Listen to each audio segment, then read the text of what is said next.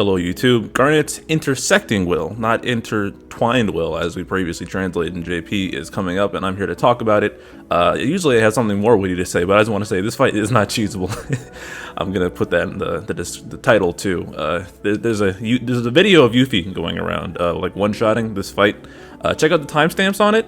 Or not timestamps, but the date posted. You can check out the comments and the description. They say in the video that this isn't possible anymore, but there was an HP bug going on around the time Lena released, a month after the fact, after Lena's, after Garnet's intersecting. Jeez, god damn it. But basically, the fight was retroactively bugged, but this is no longer possible. So if you go in using Yuffie on this fight, don't expect to cheese it. I just wanted to put that out there in the first minute.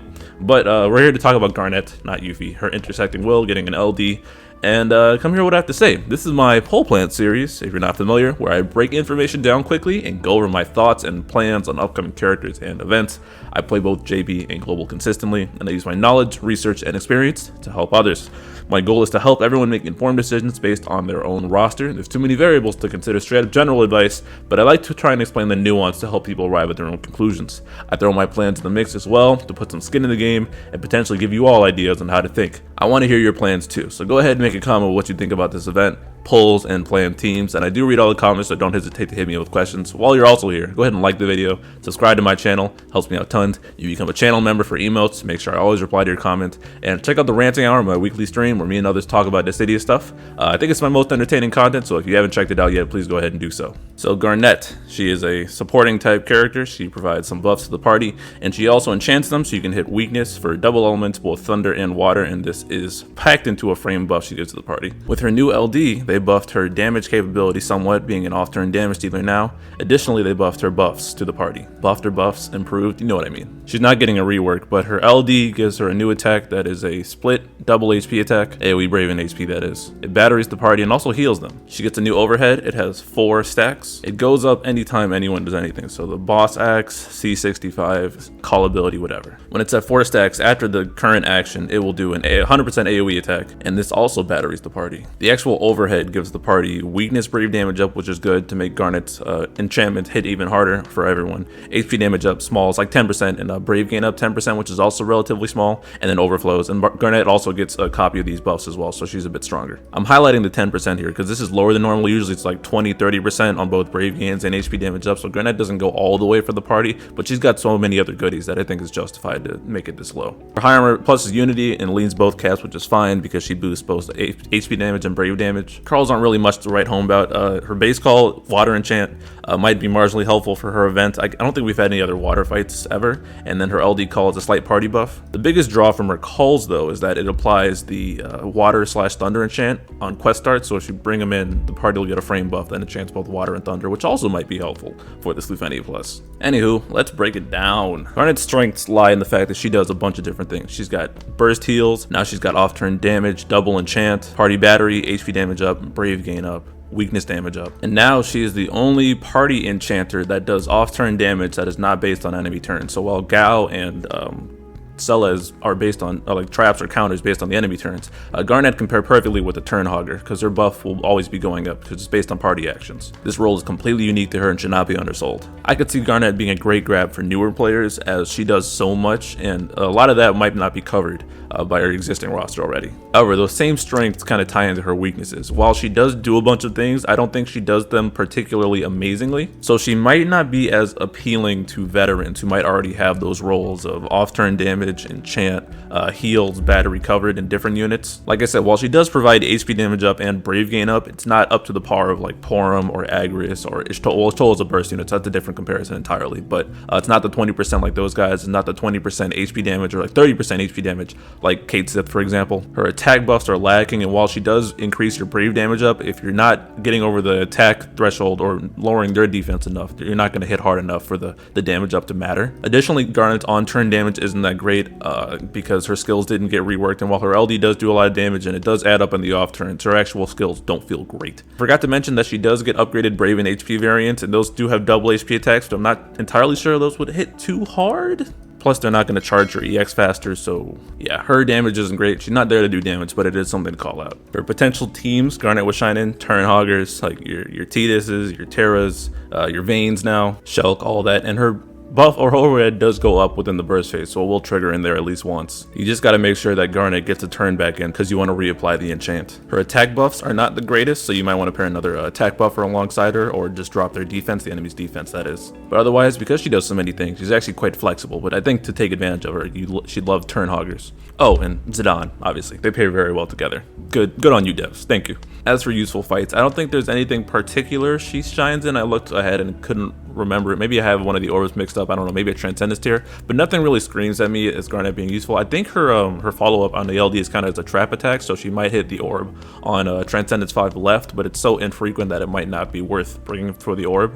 And it's not a bad thing that she doesn't necessarily cover many orbs. My memory's a little shaky about C90, so anyone feel free to correct me if I'm missing it or any fights. I did forget to mention the upcoming boss rush that wants water, thunder +1, which is the same as Garnet's Intertwined Will orb. She's good for that, obviously. As for the event, this event is triple antlions, and these guys are actually semi-deadly if you're not paying attention. The orb is +1 on thunder and +1 on water, so they're selling Garnet pretty hard here. Right off the bat, the antlions like drop your HP.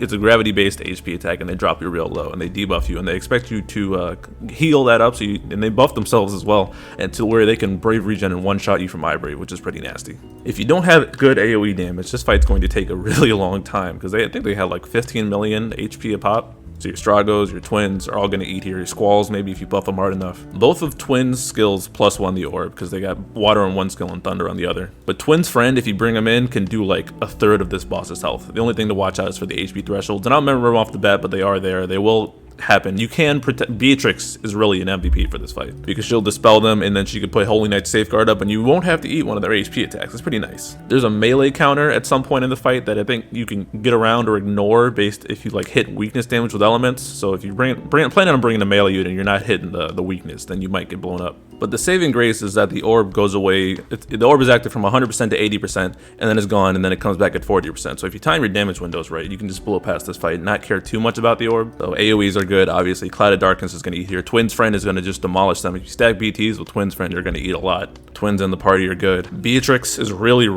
good here because she hits Thunder in the off turn, and she'll dispel their buffs and help keep you alive. Ace has a bunch of great AoE with his traps. His traps really eat against 3 targets, as I'm sure a lot of you saw in the Lamia fight. Strago, 3 targets again. And these bosses don't actually have to get turns, so you can just push them back into infinity. You could likely Garnet Zidane them into the Shadow Realm, and as long as you're hitting the orb, you're good. So like Kryl is another unit to hit the orb. Who else Thunder Chance?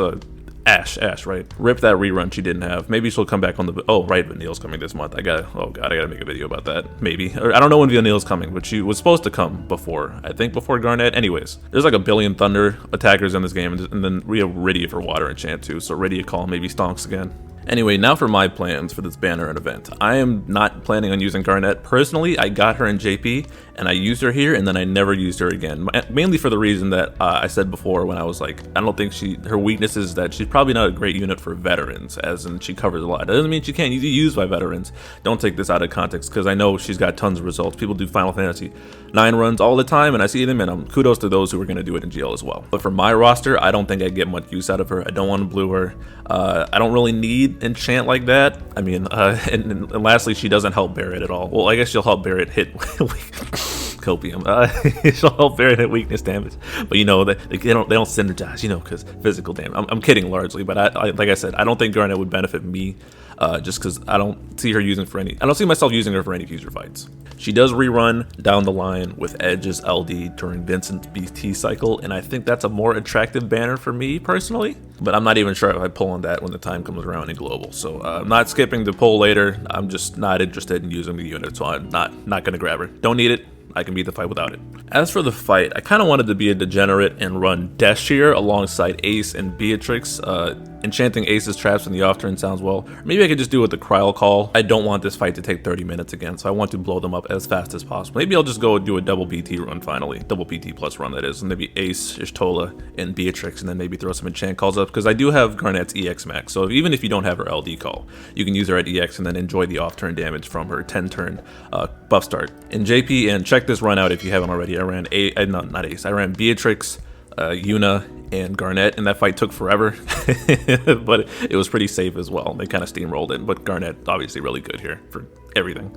And now for my brief advice for people who are quite on the fence. This is not for people who have already decided, and if she's a favorite and you're dead set, by all means, don't let this influence you. This is just some thoughts I have around the banner and some other considerations for maybe if you should grab her or not. As always, try to beat the fight without pulling. Know what you're doing. Check out the call to arms and Discord. Find out any gaps in your plan. Something you could do to maybe play better and not have to throw resources if you're stuck. But like I said earlier, if you're newer, then I think this banner is a good choice just because Garnet does so much.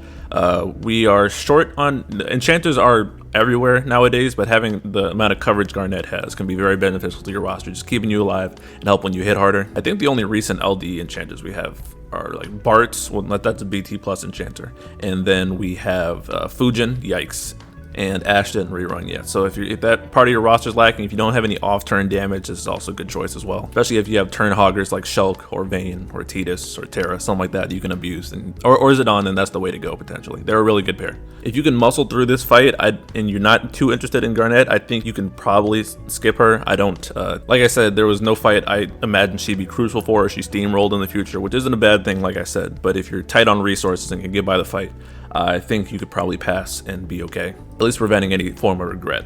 Just some things to think about. I don't know, but this has been all I have to say. So be sure to, again, like the video, subscribe if you haven't already. Let me know your plans in the comments. Let me know if it help you, any questions, anything you got to clear up in this video quickly. Yeah, and good luck on the event. I'm gonna have some fun. Hopefully I beat it under 30 minutes because this was a long one if you took a lot of off turns and non-full AoEs, and I'll catch you guys later. Peace.